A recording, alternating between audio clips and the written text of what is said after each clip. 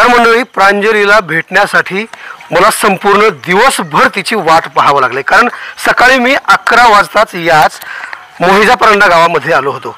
मात्र मी इथे यायला आणि प्रांजलीला तिच्या आईवडिलांनी कंधारच्या पोलीस स्टेशन आणि पुढची प्रक्रिया करण्यासाठी तिला घेऊन गेले होते.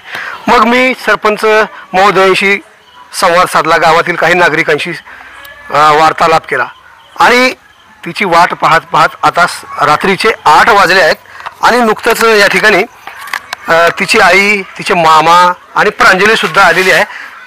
नेमकं काय काय घडलंय प्रांजली सोबत हे तुम्हाला दाखवायचं आहे मला. मी तिच्याशी व्यवस्थित असा सविस्तरपणे संवाद साधणार आहे. आपण थेट प्रांजलीच्या घरी आलेलो आहोत. मामाचं घर आहे हे प्रांजलीच्या. सर, तुम्ही मामा आहेत प्रांजलीचे? हे मामा माझ्यासोबत आहेत. हां हां, बरोबर सर. मी प्रांजली सोबत बोलण्यासाठी आलोय. आपण बसूया. बघू शकता तुम्ही. हा, इथं बसा सर, तुम्ही तिथे बसा. हां हां, हे बघू शकता तुम्ही. हीच आहे ती प्रांजली आणि प्रांजलीची आई सुद्धा सोबतच आहे. प्रांजलीची आजी पलीकडे बसलेली आहे. प्रांजलीचे आजोबा सुद्धा आहेत आणि प्रांजलीचे मामा देखील आहेत. खरं तर प्रांजलीच्या आईच्या चेहऱ्यावरती जो आनंद ओसंडून वाहताना तुम्हाला मिळतो आहे तो खऱ्या अर्थानं पोलीस प्रशासनाचं श्रेय आहे या आनंदामागचं. बाळा, कुठे गेलो होतस तू? मी का नाही खेळा गेलतोय तेव्हा माझी मैत्रीण जे आलती ना म्हणली बाहेर बस. मी का नाही ते सोलापूरचं घर होतं, शोभाबाईचं घर होतं. मी इथं बसले होते सुराताच्या घर बाहेर. मग पुढे कुठे गेला तुम्ही?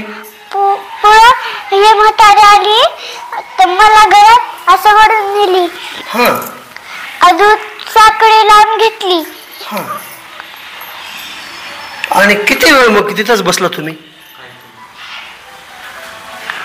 तुम्हाला जेवायला वगैरे दिलं का?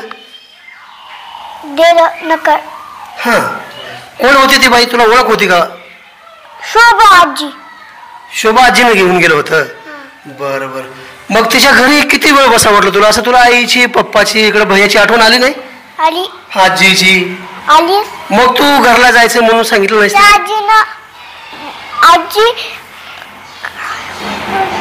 काय म्हणत होती तुला? आजी काय म्हणत होती?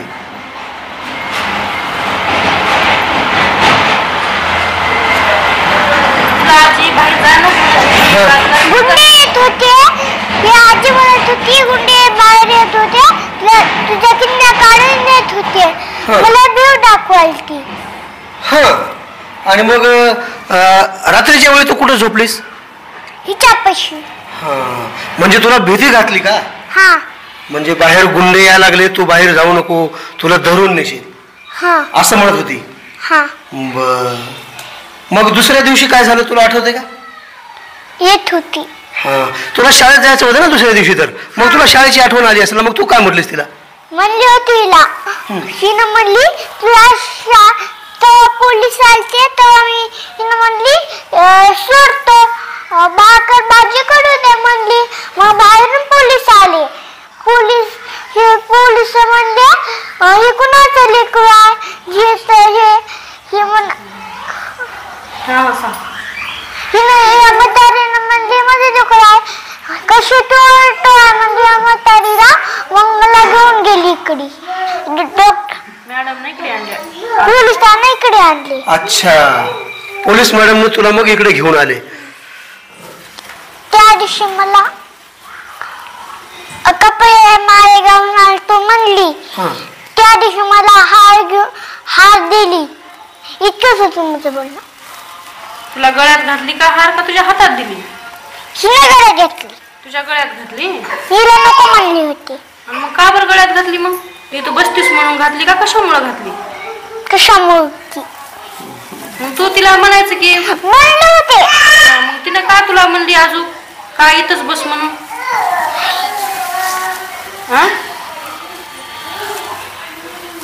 तुला ते आजोबा बोलत होते का नाही? का ते आजीच बोलत होती? माहिती तुला सारखं आजी बोलत होती बोलत होती. बोलत नव्हते का? तुला आजीच बोलत होती सारखं सारखं. हा. मग तुला आजोबाचं भे वाटलं नाही, आजीचं भे वाटलं नाही? वाटलं. मग तू कशी रडली नाही जोर जोरात? लढले होते. हा. रोज लढत होती. आणि मग तुला काय म्हणायची तिनं रडताना? बाहेर कुणी आलं का, काय कुणी करतेत का, असं काय म्हणायची का? हा. काय म्हणत होती? बाहेर गुंड नाही, तू घरात बस, मी तुला तोपर्यंत झोका बांधून देते. इतकंच होती माझी गोष्ट. इतकंच. झोका खेळलीस की नाहीस मग तू बांधल्यावर? नाही. मग झोका बांधली का नाही? बांधली मी. तिला म्हणले नको, माझ्या ऐकायला जायचं म्हणलं. तरी मी ऐकले नाही. कुलूपच खोल झाली नंतर. तुला झोप लागली का मग तिनं कुलूप मधून लावून घेतल्यावर? लागली. मग तू तिला म्हणायचं का मला चावी दे, मला कुलूप काढू दे म्हणून? का देत नव्हती चावी तुझ्याकडे? देत नव्हती. कुठं ठेवली तिने चावी? कमरेला बांधून ठेवली. मग तू तिनं झोपे गेल्या तिच्या जवळ जाऊन कमरेची चावी काढायची का? ही साडी झाकून ठेवली होती. अशी त्या चावीवर साडी झाकली होती. आणि तू मग दारापाशी बी गेली नाहीस, असं कुलूप काढायला असं हे केली नाहीस? असं होत. मग नका साडी काढल्यावर उठली. मग हिने नाही मारली मला. किती कुठं मारली मॅम मग तुला? तोंडावर हाणली? चावीला का हात लावलीस म्हणून? हा. मग गालावरच हाणली का, पाठीत कुठं काय असं हाणली? हाणली होय जोरात. हा. मग तू तिला काय म्हणलीस हाणल्यावर? मग गपचूप बसलीस का अजून रडू लागलीस? लढू लागला अजून. मग अजून काय तुला भीती घालू लागली तिनं? हा. मग तू चावीला तुम्हाला हात लावा गेलीस नाहीस? हा. मग तुला कोण्या दिवशी दार उघड केलं मग तिनं? त्या दिवशी पोलीस आलते तेव्हा दार उघडलं. पोलीस बाहेरून आलते. मला बघले कुणा तिलिकुरा म्हणले. मी तरी म्हणाले तिलिकुरा. हे डॉक्टर म्हणाले कशी चोरते आहे कुणाचं लेकडे चोरताव का असं म्हणाले. मॅडम म्हणले का? हा. मग तुझ्याकडे घेऊन आले. मामाकडे तिथे ग्रामपंचायत मध्ये घेऊन आले का? हा. मग मी तुला केव्हा आल्यावर दिसली तिथं ग्रामपंचायत मध्ये? तेव्हा मामा आले, त्याच्या मागून तू आलीस. मामा पहिला आले का तिथं? हा. मग मी नंतर आले. हा. मग तुला पप्पा बाहेर थांबले होते का? मग तुला कुठं नेलं तिथून? तिथून पोलिसांना नेलं. झालेली सगळी कहाणी स्वतः प्रांजलीच्या तोंडून आपण ऐकतोय. बघू शकता तब्बल 2 दिवस प्रांजलीला घरामध्ये कोंडून ठेवण्यामागचं कारण काय असू शकतं हे पोलीस तर तपास घेतच आहेत. मात्र आता तिच्या सोबत मी संवाद साधतोय आणि तिची आई आणि आजोबा सुद्धा आहेत, मामा सुद्धा आहेत. तुम्ही कुठे होतात त्या दिवशी? मी त्या दिवशी माझा इथं धंदा आहे सर, हॉटेलचा धंदा आहे. मी हॉटेलमध्ये होतो. दररोज मुलगी हॉटेलावर येत होती आणि त्या दिवशी नेमकं आली नाही. मग आम्ही गेलो, मग इकडं तिकडे फिरवलो आम्ही. परत मग ॲडव्हर्टाईज केली लाऊडस्पीकरमध्ये. पुन्हा सर्व गावाल्याला सांगितलं सगळे. पण परत आम्ही आल्यावर मग इकडे प्रशासन आलं. मॅडम प्रशासन घेऊन आले होते. मॅडमचं पहिलं प्रथम सर त्यांचं अभिनंदन. मॅडमच्या याच्या प्रयत्नामुळं आम्हाला प्रांजली चांगली सापडली. कौतुक साहेब भरपूर आहे त्यांचं. काका आता काही महत्वाच्या गोष्टीवरती बोलूया. वातावरण सध्या जे आहे अतिशय बिकट आहे. कारण लोक कोणत्या थराला पोहोचतील हे आपल्याला सांगता येत नाही. परंतु आता प्रांजलीला त्या एका महिलेनं, तुमच्याच गावातल्या शेजारच्या महिलेनं कशासाठी नेलं असावं? काय तुमचे काय असं अंदाज काय बोलत आहेत? आमचा अंदाज म्हणजे सर काहीच नाही बघा. ते आम्हाला नेहल सुद्धा म्हणून कधी वाईट हे असं करेल म्हणून सुद्धा कधी वाटलं नव्हतं. काय करते ती महिला? ते महिला काही नाही, रोजगार करते आणि येड्यासारखं रूप घेऊन वाटते बघा साहेब तिनं. हा म्हणजे राहिलं म्हणजे त्याचं कसं आहे, बोलायला भरपूर चॅप्टर आहे. येडी आहे, येड्याची रूप घेऊन आमच्या दुकानावर पण येऊन तशाच पद्धतीनं करते. ते फक्त येडी आहे, पण इतकं करेल म्हणून का आम्हाला वाटलं नव्हतं साहेब. आम्हाला त्याच्या घरी काहीतरी घटना घडली असं ऐकलो मी. त्या ज्या महिलेनं प्रांजलीला घेऊन गेलं होतं मागे काही 6 महिन्यापूर्वी 8 महिन्यापूर्वी तिची कोणतरी मुलगी वारली होती किंवा त्यांच्या कोणीतरी संपर्कात आहे कोणतरी बुवाबाजी करणारा असं मी ऐकलं होतं, त्याच्यामधलं काय तुम्हाला माहित आहे? नाही सर, आम्हाला काय माहित नाही. फक्त म्हणतात एवढे दुसरेच लोक म्हणतात ते काहीतरी बुवाबाजी करण्यासाठी. आता इथून आम्हाला समजायला साहेब, इथून म्हणजे कसं आतापर्यंत काही माहित नव्हतं, पण ते स्वतः म्हणत होते बुवाबाजी करणारी ही बाई आहे, तिच्या अंगात पण येत होतं, त्या शोभाबाईच्या अंगात सुद्धा येत होतं. त्या अंगात आल्यावर काही बोलत होती कुणालाही, आम्हाला तेवढं लक्ष आलं नाही साहेब त्याच्याबद्दल. ही आहे वास्तविक परिस्थिती. कारण ज्या मातेनं प्रांजलीला जन्म दिलाय ती माता सुद्धा तिच्या पोटच्या गोळ्याला 2 दिवस एखाद्या महिलेच्या घरी काहीच माहीत नाही अशा ठिकाणी राहिल्यानंतर सुद्धा काय वाटत असेल तिच्या जीवाला. आता ते माझ्यासोबत माता आहे. काल तुमच्याकडे आलो होतो त्यावेळीची परिस्थिती आणि आता प्रांजली तुमच्याकडे आल्या, काय वाटते तुम्हाला?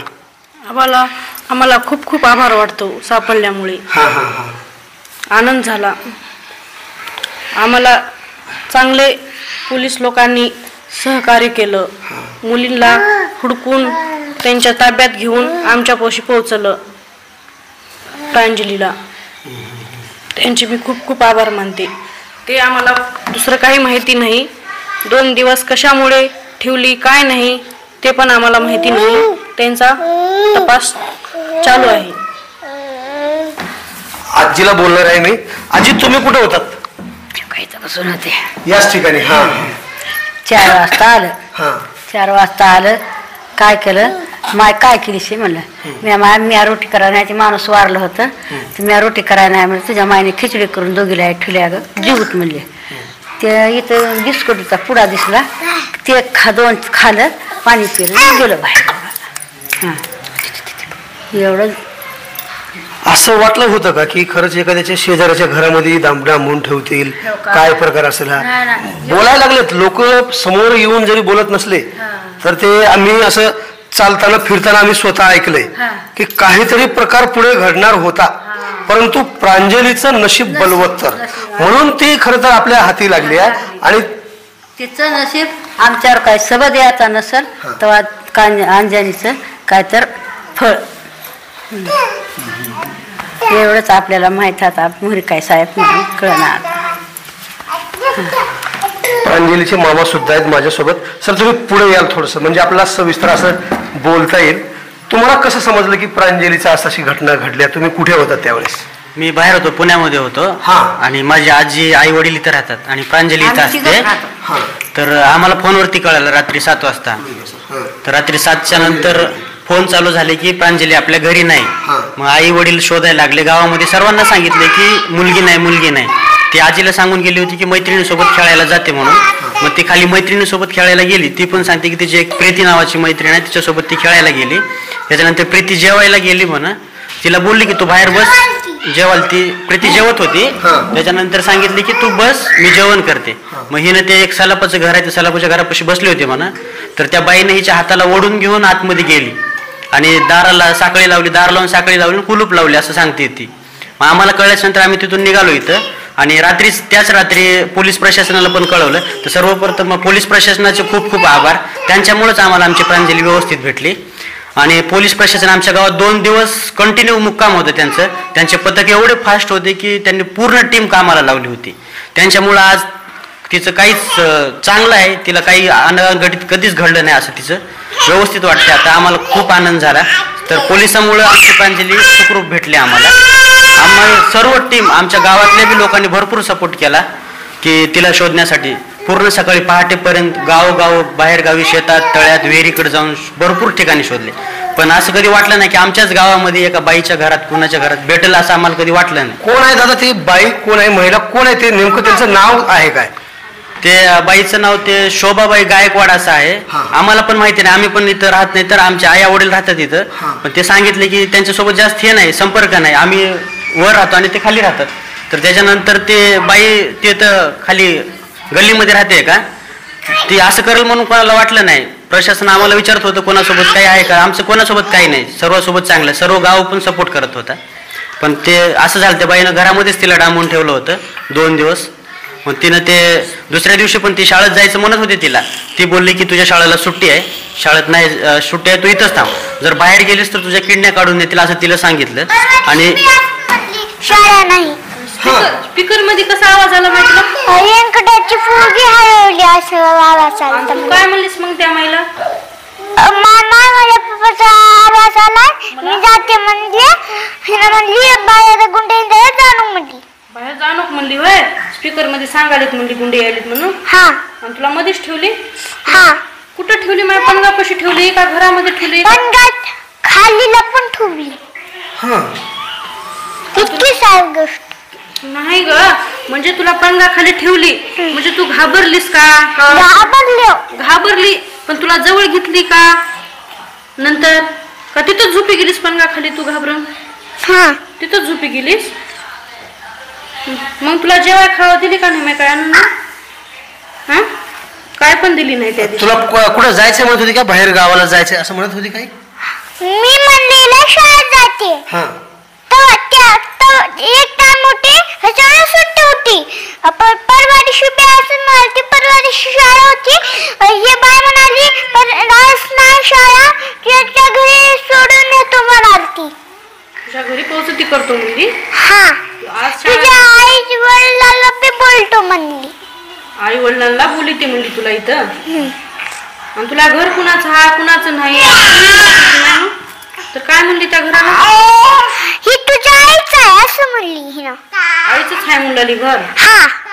तुला बाहेर असं पोलीस होते कोणी दिसत असतील की तू काय म्हणलीस मग त्याला? मी काय बोला नाही असं पोलीस मला दिसले फक्त. मी सांगा पण होते बाहेर पोलीस म्हणून. मग तुला काय म्हणून त्याने भीती घालून आली? बाहेर गुंडे नालेत किन्ना खाते म्हणाले. मग तू भिव मध्येच बसली तिच्यापाशी? हा. मग तुला त्या बाबानं का त्या माईनं काही खायला काय आणून दिलं का? नाही. रडत बसलीस की असं शांत बसलीस माहिती तिच्यापाशी? रडत बसलीस. किती माणसं होती त्यांच्या घरी? 2. ही आजी एक आजोबा एक. आणि दुसरा दादा कोणी होता का? नव्हता. हे का नाही काल आलता. अगदी निरागस बाळ या घटनेतील सत्यता तुमच्या समोर मांडताना माझ्या अंगावर शहारे येत आहेत. कारण सत्य घटना सांगत असताना माझ्यासारखा पत्रकारच काय कोणीही इतकं डिटेल सांगू शकणार नाही. परंतु प्रांजलीनं तिच्यासोबत काय घडलंय हे सविस्तर तिच्या शब्दामध्ये सांगितलंय. पुन्हा मामाकडे जाणार आहे मी. सर, पुढे काय प्रक्रिया झाल्या? पोलीसवाल्यांनी तुम्हाला घेऊन गेल्यानंतर आता आज दिवसभर जे तुम्हाला लागल्या कंधार, माळाकुळी, लोहा या ठिकाणी नेमकं काय काय झालंय पुढे? सर, आता पोलीस प्रशासन तपास करतायत. तिचं बयान वगैरे घेतात. तिच्यासोबत काय घडलं, कुठला प्रकार झाला, काय मानहानी झाली का, काय अत्याचार झाला का, तर तिच्यासोबत बोलत होते. तिचं कम्फर्टेबल करतात तिला. ती व्यवस्थित बोलली पाहिजे, सर्व काही प्रकार घडलेला सांगितलं पाहिजे. तर ती सांगते, जे काही घडलं ते तिच्यासोबत सांगते व्यवस्थित. तर पोलीस प्रशासन खूप सपोर्ट करतात आम्हाला. व्यवस्थित त्यांनी स्टेशनमध्ये जाऊन व्यवस्थित त्या लेकराला विचारले, सर्वांना विचारले. तर तिनं जे आहे ते सर्व प्रकार सांगितलेला आहे. आम्हाला पण कधी वाटलं नव्हतं असं होईल म्हणून. तर ते तिन्ही पण आरोपी आता कस्टडीमध्ये आहेत पोलिसांच्या आणि पुढील हे चालू आहे त्यांचं. या घटनेचा तपास नेमका काय लागेल हे सांगता येणार नाही मला. परंतु जे कोणी प्रांजलीला तब्बल 2 दिवस घरामध्ये डांबवून ठेवणारे आहेत त्यांच्यावरती कायदेशीर रीतसर कडक कार्यवाही झाली पाहिजे आणि अशा प्रथांना, अशा प्रकाराला वेळीच आळा घातला पाहिजे. आणि हे नक्कीच पोलीस प्रशासन करून दाखवेल. आणि या घटनेची माहिती आम्हाला सर्वप्रथम कैलास फाजगे सरांनी फोनद्वारे दिली. खऱ्या अर्थानं त्यांच्या माध्यमातून मी मोहिजा परांडा गावामध्ये पोहोचू शकलो. त्यापूर्वी सुद्धा अनेक काही नागरिकांनी अहमदपूर शहरातील असतील, मोहिजा परांडा परिसरातील असतील, त्यांनी आपल्या सोशल मीडियाच्या प्लॅटफॉर्मद्वारे अनेक ठिकाणी व्हायरल केली होती की 8 वर्षीय प्रांजलीचं अपहरण करण्यात आलंय आणि जर ती कुठे जर मिळून आली तर आम्हाला कळविण्यात यावं, अशा प्रकारचे पोस्टर्स, बॅनर्सबाजी केली होती सोशल मीडियावरती. आणि महत्त्वाचा एक आणखी मला प्रश्न आठवला आता म्हणून मी विचारतो. मग पोलीसवाल्यांना असं सांगत होते इथले लोक की कोणीतरी गाडीवर आले आणि त्यांना त्या चिमुरडीला घेऊन गेले, मग तो काय प्रकार खोटा होता सगळा? सर तो एका लहान मुलाने पाहिला होता, तो त्या लहान मुलगा याच्यापेक्षा थोडासा मोठा होता. आता त्याच्यावरती तो सांगत होता आणि 5वीला होता ते मुलगा. ते पण कोणातरी लेकराला बघितलं होता पण चेहरा नाही बघितला होता. ते म्हणते की दस्ती असं पांघरलेली होती, कोण्या लेकराला दवाखान्यात नेलेत की म्हणून, मला काय ते माहिती नाही म्हणते ते लेकरू. त्याच्यामध्ये ते सांगत होतं की एक लेकरू होतं, ते म्हणत होते की माझं घर इकडंच आहे आणि ते लेकरू खाली घेऊन गेले गाडी असं त्यांनी सांगितलं. पण त्यांनी व्यवस्थित गाडी पाहिली, ते माणसं नव्हते पाहिले, तोंडाला पट्टी बांधली असं एवढं सांगितलं. त्याच्यानंतर ते पोलिसांनी त्याला विचारपूस केली खरं आहे का म्हणून, मग त्याच्यावरती तो तपास चालू झाला आणखीन. पण प्रशासनाने व्यवस्थित गावामध्ये सर्चिंग चालू केली, प्रत्येक घरोघर जाऊन सर्च केलं, त्याच्यानंतर ही गोष्ट आम्हाला सापडली. म्हणजे पोलिसांना सांगावं लागलं की प्रांजली या घरामध्ये आहे. पोलिसांनी शोधून काढलं प्रांजलीला, गावातले कोणा सर्वांनी शोधलं सगळीकडे. आता गावामध्ये माणसं राहतात घरामध्ये, प्रत्येकाच्या गावामध्ये सर्वांना सांगितल्यामुळे सगळ्यांनी म्हणले आता आपल्या घरात नाही, त्याच्यामुळे जे घर बंद होतं ते शोधलं, पण ज्या घरात माणसं राहतात ते घर नाही शोधलं. पण पोलीस प्रशासनानं प्रत्येक घरोघरी जाऊन शोधलं, त्यामुळे त्यांच्या खूप खूप आभार, त्यांच्यामुळं आम्हाला ती सापडली. 11 वाजता ज्या आल्या त्या दिवशीपासून कुठेच गेल्या नाहीत शोधच काढण्यामध्ये. DYSP मॅडम त्या दिवशीपासून घरला पण गेल्या नाहीत. प्रांजलीला 2 दिवस घरामध्ये ठेवण्याचं कारण काय असू शकते? आता याचा आतापर्यंत काहीही सुगावा लागलेला नाहीये, मात्र पुढच्या तपासणीमध्ये नेमकं काय पुढे येऊ शकते. कारण का 2 दिवस एखाद्या अनोळखी लेकराला घरामध्ये ठेवायचं कारण असू शकते, काय तरी असेल कारण. कारण गावामध्ये सार्वजनिक मंदिरावरती अनाऊन्स करण्यात आलं की प्रांजली व्यंकट कदम ही तिच्या घरी पोहोचली नाही, कोणाच्या घरी असेल तर तिला तिच्या घरी पोहोचता करावं. परंतु त्या महिलेने तरी सुद्धा दिलं नाही. आणि विशेष म्हणजे प्रांजलीने ते स्पीकरचा आवाज ऐकला आणि मला माझ्या पप्पांचं नाव येते स्पीकरमध्ये म्हणून सांगितलं, तरीही तिला पाठवू नये. म्हणजे काय गुपित दडलेलं आहे हे पोलीस प्रशासन बाहेर काढेल का? नेमका काय प्रकार चालू होता हे बघणं अत्यंत महत्वाचं ठरतंय.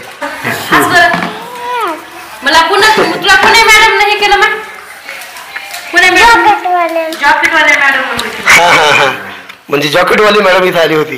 बरोबर. प्रांजली सुखरूप तिच्या घरी आहे आणि अतिशय आनंदाच्या वातावरणामध्ये ती सुखरूप घरी पोहोचली आहे. ज्यांनी या बातमीला जास्तीत जास्त पहिल्यापासून शेअर केलेला आहे आणि पुढे सुद्धा करणार आहात. मित्रांनो, असा प्रकार जर कुठे घडत असेल तर सतर्क राहा, पोलीस प्रशासनाच्या संपर्कात राहा, पत्रकारांच्या संपर्कात राहा, जेणेकरून आपल्या सुद्धा चिमुकल्यावर हीच वेळ येऊ नये. दादा तुमचं खूप खूप धन्यवाद, कारण सविस्तर अशी माहिती दिली. आजी तुमचे सुद्धा धन्यवाद, कारण प्रांजली सुद्धा अतिशय नशीबवान आहे, कारण तिच्याशी पुढं काय घटना घडणार होती हे कोणीही सांगू शकणार नाही.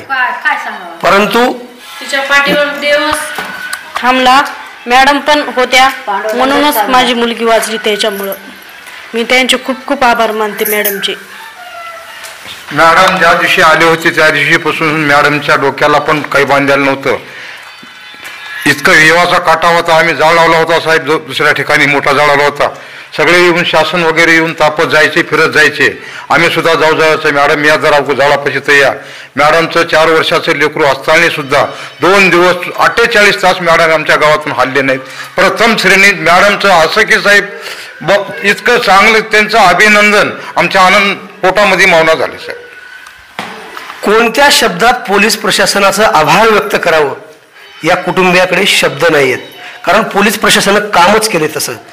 विशेष म्हणजे कंधार पोलीस स्टेशनला असलेल्या उपविभागीय पोलीस अधिकारी अश्विनी जगताप यांचे कदम परिवार संपूर्ण आभार व्यक्त करत आहे. नेमकं काय झाले घटनेमध्ये पहिल्यापासून शेवटपर्यंत सविस्तर तुम्हाला आम्ही आवाज बहुजनांचा न्यूज लाईव्हच्या माध्यमातून हे पोहोचविलेलं आहे. तुम्हाला जर ही बातमी महत्त्वाची आणि दुसऱ्या कुणाच्या तरी कामी येईल, आपण कसं सतर्क राहिलं पाहिजे याच्यामधून जर तुम्हाला जर काही प्रेरणा मिळाली असं जर वाटलं तर तुम्ही नक्कीच या बातमीला जास्तीत जास्त शेअर करायला विसरू नका. आणि जास्तीचा वेळ न घेता आपण इथेच थांबूया. धन्यवाद. आवाज बहुजनांचा.